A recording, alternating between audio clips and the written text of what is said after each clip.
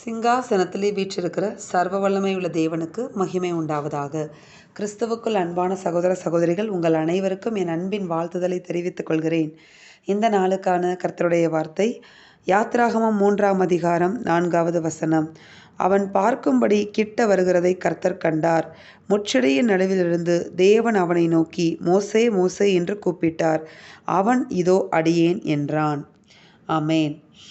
பாருங்க, மோசே ஆடுகளை மேய்த்து கொண்டிருக்கும்போது முட்செடியானது ஜுவாலித்து எரிந்தும் அதை வெந்து போகாமல் இருக்கிறதை கண்டு, அந்த அதிசய காட்சியை நான் பக்கத்தில் போய் பார்ப்பேன் அப்படின்னு சொல்லிட்டு மோசே கிட்ட போகிறார். அதை தான் அந்த வசனத்தில் குறிப்பிடப்பட்டிருக்கிறது.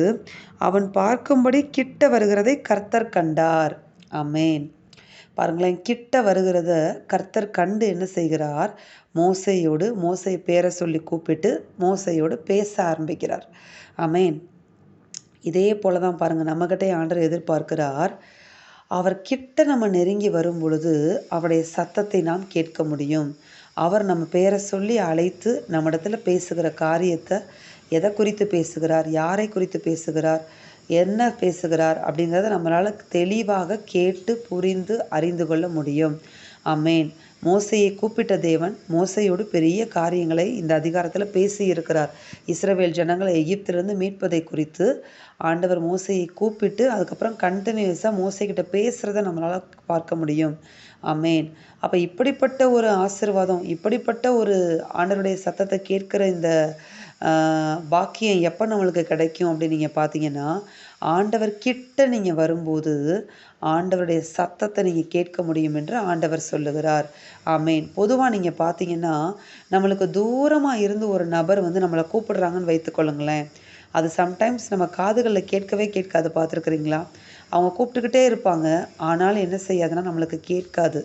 ஆனால் அவங்க பக்கத்தில் இருந்து நம்மளை கூப்பிடும்போது, அவங்க நம்ம கிட்ட இருக்கிறாங்கன்னு வச்சுக்கோங்களேன், கிட்ட இருந்து கொண்டு நம்ம கூப்பிட்டாங்கன்னா நம்மளுக்கு தெளிவாக கேட்குமா கேட்காதா? கண்டிப்பாக தெளிவாக கேட்கும். அவங்க என்ன பேசுகிறாங்கன்றதும் தெளிவாக நம்மளால் என்ன செய்ய முடியும்? கேட்டு அறிந்து கொள்ள முடியும். அதே போல தான் நம்ம ஆண்டவரை விட்டு தூரமாக இருந்தோம்னா, ஆண்டவர் நம்மளை கூப்பிட்டா கூட நம்மளால் என்ன செய்ய முடியாது தெரியுமா? நம்மளால் கேட்க முடியாது. அவர் நம்மளை கூப்பிடுகிற தேவனாக தான் இருக்கிறாரு. அவர் நம்மகிட்ட காரியங்களை ஷேர் பண்ண ஆவல் உள்ளவராக தான் இருக்கிறார். ஆனால் அதுக்கு தடை யார் தெரியுமா? நம்ம தான். அப்போ நம்மக்கிட்ட தான் ஆண்டவர் எதிர்பார்க்கிறார். கிட்ட வா அப்படின்னு சொல்லி ஆண்டவர் சொல்லுகிறார்.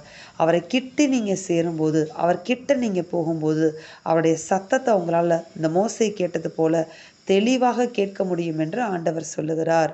ஆமேன்.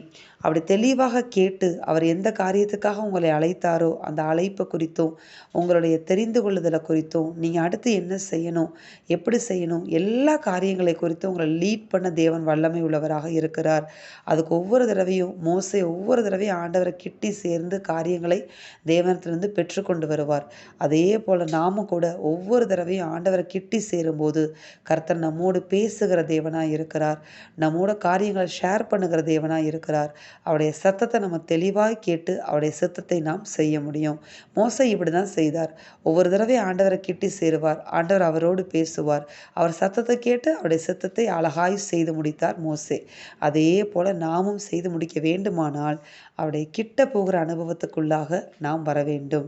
தூரத்தில் நின்று கொண்டு அவருடைய வழிகளை நாம் நடக்க முடியாது. தூரத்தில் நின்று கொண்டு அவருடைய சத்தத்தை நாம் கேட்க முடியாது. அப்படியே கேட்டாலும் தெளிவாக என்ன சொல்கிறாங்கன்றதை என்ன செய்ய முடியாது? கேட்கவே முடியாது. அதனால் ஆண்டவர் இன்றைக்கு உங்களுக்கு சொல்லித் தருகிறார், அவரை கிட்டி சேருங்கள் என்று சொல்லுகிறார். கிட்டி சேருங்கள், கர்த்தருடைய சத்தத்தை கேட்பீர்கள், கர்த்தருடைய சித்தத்தை அறிந்து கொள்வீர்கள். இந்த பூமியில் கர்த்தருடைய சித்தத்தை அழகாய் செய்து முடிப்பீர்கள். ஆமேன். நாம் ஜெபிப்போமா? எங்கள் அன்பின் பரலோக பிதாவே, நீர் கொடுத்த அந்த வார்த்தைகளுக்காக எமக்கு கோடி ஸ்தோத்திரம், கோடி நன்றிகளப்பா. இந்த வார்த்தையின்படியே தேவன் ஆண்டவரே ஒவ்வொரு பிள்ளைகளை நீர் ஆசிர்வதிப்பீராக. உம்மை கிட்டி சேரக்கூடிய பாக்கியத்தை ஒவ்வொரு நாளும் எங்களுக்கு தருவீராக. உம்மை கிட்டி சேருவதற்கு இருக்கிற எல்லா தடைகளை எங்கள் வாழ்க்கையில் நீக்கி போடுவீராக. நீக்கி போட்டு உம்மை கிட்டி சேர்ந்து உம்முடைய சத்தத்தை கேட்டு உம்முடைய சித்தத்தை செய்கிற பிள்ளைகளாக எங்களை நீர் மாற்றுவீராக. நீர் அப்படி செய்ய போகிற உம்முடைய தயவுக்காக உமக்கு கோடி ஸ்தோத்திரம். இயேசுவின் வல்ல நாமத்தில் ஜெபித்து ஒப்பு கொடுக்கிறோம், ஜெபித்து ஜெயம் எடுக்கிறோம் பிதாவே. ஆமேன். இந்த வார்த்தையின்படி இந்த நாளில் தேவன் உங்களை ஆசிர்வதிப்பாராக. ஆமேன்.